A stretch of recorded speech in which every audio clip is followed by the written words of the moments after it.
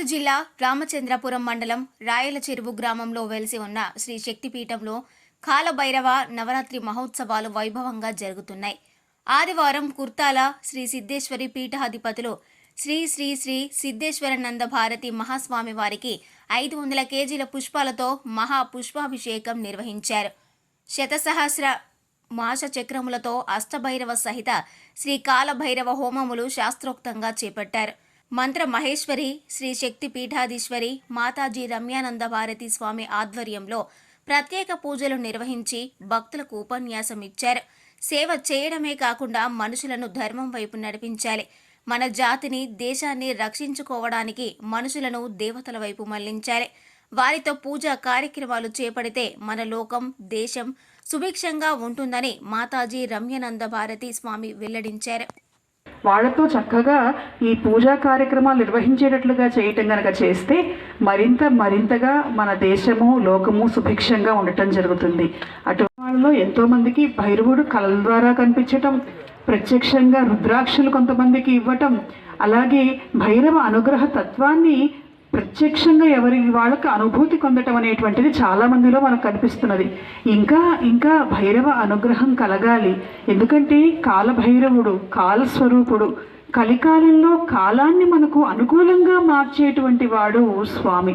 అటువంటి స్వామి అనుగ్రహం అందరి మీద ప్రసరించాలని భావిస్తూ ఈ కార్యక్రమం పూర్తయ్యాక 9 రోజుల పాటు కూడా స్వామి కలశాల్లో ఉన్నటువంటి జలాన్ని అందరికీ సంప్రోక్షించటం, ఈ పుష్పాలు అందరికీ కూడా ప్రసాదంగా ఇవ్వటంతో పాటుగా అందరూ చక్కగా అన్నప్రసాదం తీసుకోవాలి ఈరోజు. అప్పుడే 9 రోజులు అయిపోయినాయా, మొదటి రోజు ఎలా గడుస్తాయో 9 రోజులు మొదటిసారి దీక్ష తీసుకుంటున్నాం అని అనిపిస్తుంది. అలా చూస్తూ ఉండగానే 9 రోజులు పూర్తయిపోయినాయి.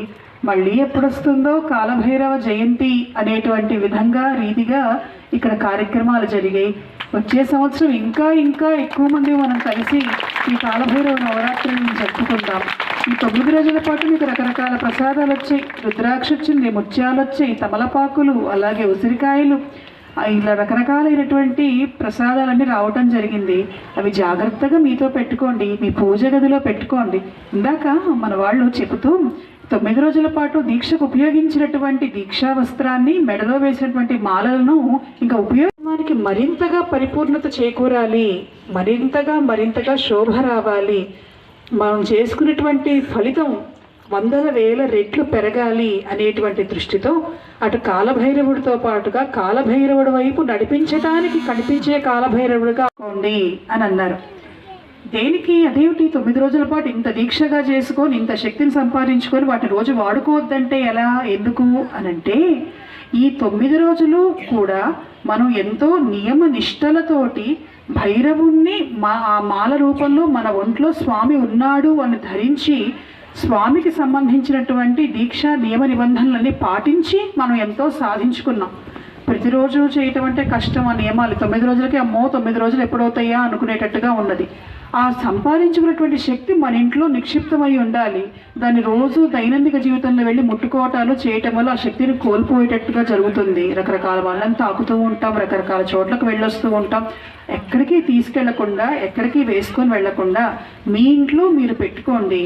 మీరు సంపాదించుకున్న శక్తి 9 రోజుల పాటు ఏదైతే ఉన్నదో అది మీ పూజా గదిలో ఉండి మిమ్మల్ని కలకాలం రక్షిస్తూ ఉండేటట్లుగా అది పూజా గదిలోనే నిక్షిప్తం చేసుకోండి. సంపాదించుకోవటం అంటే డబ్బులు సంపాదించుకోవటం కంటే పుణ్యము, మంత్రశక్తిని సంపాదించుకోవటం కొంచెం కష్టం. అది మేము సంపాదించుకున్నాము కాబట్టి జాగ్రత్తగా దాన్ని వినియోగించుకొని స్వామి అనుగ్రహాన్ని పరిపూర్ణంగా పొందుతూ ఇంకా మన శక్తిపీఠ కుటుంబం పెరగాలి. మరిన్ని న్యూస్ అప్డేట్ కోసం A3 న్యూస్ ఛానల్ని సబ్స్క్రైబ్ చేసి బెల్ ఐకాన్ను ప్రెస్ చేయండి.